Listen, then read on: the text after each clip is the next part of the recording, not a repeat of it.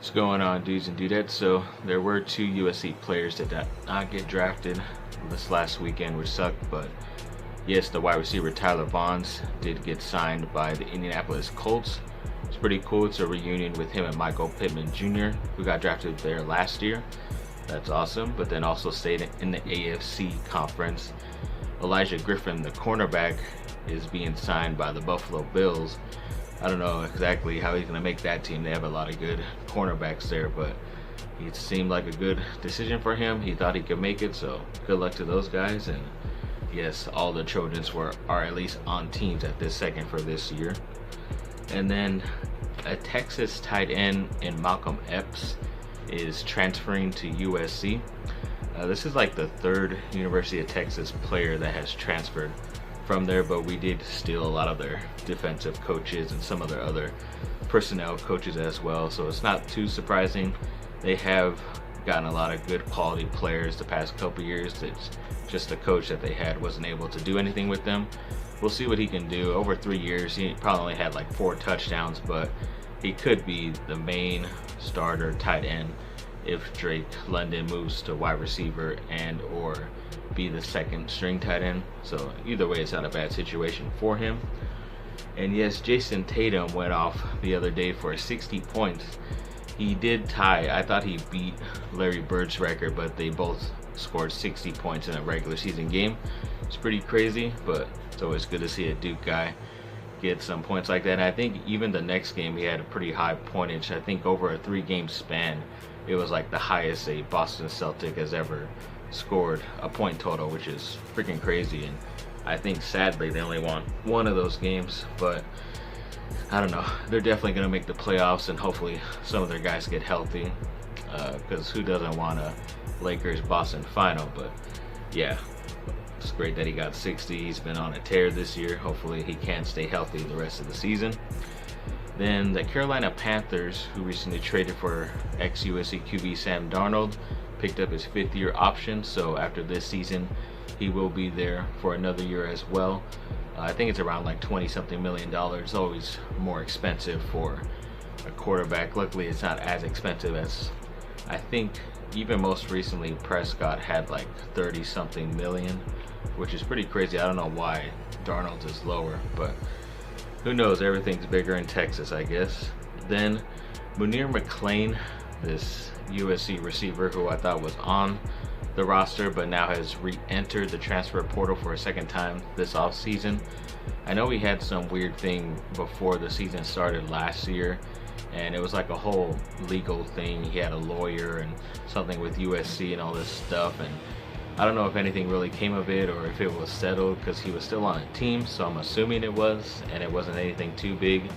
But I think he kind of sees the writing on the wall with the amount of talent USC does have there, and his brother had already transferred as well. I think he went to like Jacksonville State, something like that, so who knows, he might follow him.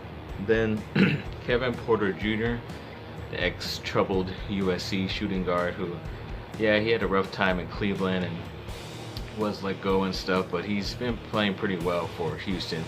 He's been playing like that Bradley Beal type of thing, where he's a shooting guard who could shoot the ball very well and score, but they're playing him as a point guard, and he's doing a really good job distributing the ball, because his last game he had a career high 50 points, which is great, but also had 11 assists as well, so a nice double-double for him.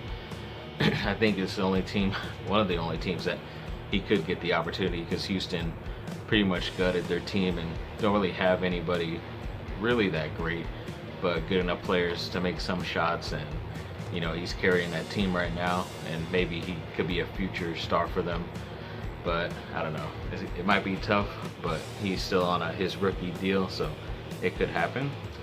Then the LA Chargers signed 10 more guys after the draft. It's usually what most teams do. You usually sign 8 or 10 guys you think that could make your team or could be on the practice squad. A lot of these guys seemed like they were practice squad or trying to just get out there for special teams, which I kind of don't like, because there's always guys that somehow don't end up getting drafted who are pretty like well known in the college football game, but for some reason the Chargers never go after them. But we'll name them. They signed a defensive back, which I guess they believe he could play cornerback or safety, in Ben DeLuca out of Charlotte. So we'll see what he can do. Then they also signed a defensive lineman. So once again, they think he could play defensive end or defensive tackle in Jared Goldwire from Louisville. It's a nice name school, but they don't always have the best talent coming out. Then they signed a tackle in Darius Harper from Cincinnati, who has some pretty good guys coming out next year. They've had some talented guys, but I guess this guy wasn't talented enough. They picked up a tight end from Oregon in Hunter Kampmoyer. Maybe this was the one Oregon guy Justin Herbert wanted them to actually get, or if he had no choice, it had to be on this late addition squad. They did sign a kicker from Pittsburgh and Alex Kessman. I thought they had kind of re-signed Michael Badgley to an extra year, but maybe they don't feel that position is solidified. And from what I saw, he seemed like a pretty good, accurate kicker. So we'll see how that competition goes. They signed a long snapper in Ryan Lagan, or Lagan, I don't know how you say it, but he's from Georgia Southern, which is pretty lowly Division I school, but he kind of looked like a freak or crazy to me, so I definitely think they're going to want to use him for special teams, no matter whether it's long snapper or just in the coverage unit. They signed another defensive lineman they believe can be both sides in Forrest Merrill from Arkansas State. He's kind of been around, but obviously he didn't get drafted. Signed a linebacker from Oklahoma State in Amen Ogbong Bamiga. It's a long last name. But yes, Oklahoma State. See what he can do. They play some pretty bad defense in that conference. They signed a tackle from San Diego State University in Kyle Spalding.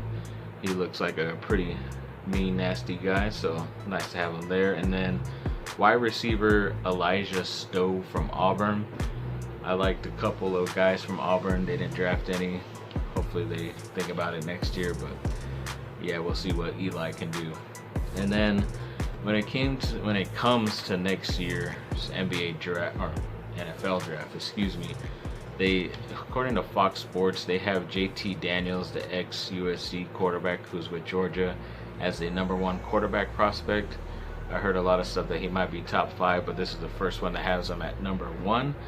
But when I went through Bleacher Report's new mock draft for next year, at least for the first round, he didn't even make the first round. I think 4 or 5 other quarterbacks were selected in there, including a USC guy, and someone from Liberty who's barely become a Division I, and I've never really heard of that guy, so I don't know who's making this stuff, unless I read it wrong and wasn't looking for him. But yeah, it's pretty crazy, but that's pretty cool. And it sucks too, because I would prefer to have JT Daniels now over Keaton Slovis, but that's what we had to deal with. But I did notice that at number 8, Drake Jackson, the USC defensive end, was selected by the New York Giants, so that's pretty crazy. I know he has the talent to be a first rounder. It's just last year he kind of didn't really show much. It was a half season, but I think he only had like 2 sacks at that defensive end position. He had way more stats in his freshman year when I guess no one knew about him, but if he could change his body, be the type of outside linebacker / defensive end I think he can be, then I think he'll be more productive. And I saw at the number 15, the Chargers were picking, which also kind of sucks because it means they're like probably have an 8-8 record. You know, they're midway through the NFL, which kind of sucks. But they would pick an edge guy in Nick Bonito from Oklahoma. They said he's one of the better returning defensive edge guys going into college this season coming up. So to get a guy like that to pair up with Joey Bosa would be pretty nice. So I'm not too sour about that pick. And then, as I mentioned, the quarterback from USC, Keaton Slovis, was selected at number 19 to the New Orleans Saints, which I'm not really high on this guy.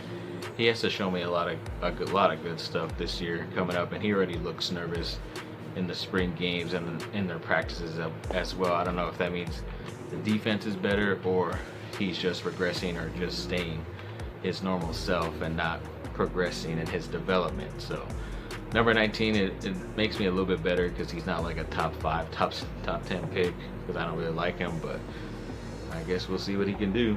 And then, yes, a couple of Lakers, big time Lakers starters made it to injuries list once again, or out list.